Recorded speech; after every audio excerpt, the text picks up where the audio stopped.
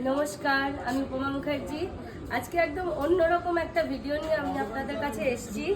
আমি এনেছি একটা লক্ষ্মীর ভান্ডার, এবং আমি মনে করি আমার মতো আর 5টা যারা দোকান মালিক আছেন, প্রত্যেকের দোকানে এরকম একটা করে লক্ষ্মীর ভান্ডার রাখুন ফর অস্মিকা অ্যান্ড ঋদ্ধিকা।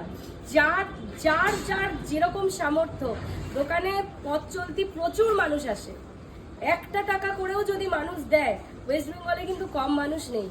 আমাদের অস্মিকার বাবা মার কাছে, ঋদ্ধিকার বাবা মার কাছে আমরা কিন্তু এই লক্ষ্মীর ভান্ডার তুলে দিয়ে আসতে পারি। এটা আমি লক্ষ্মীর ভান্ডার বললাম। লক্ষ্মীর ভান্ডার অসময়ে কাজে লাগবে না তো কবে কাজে লাগবে?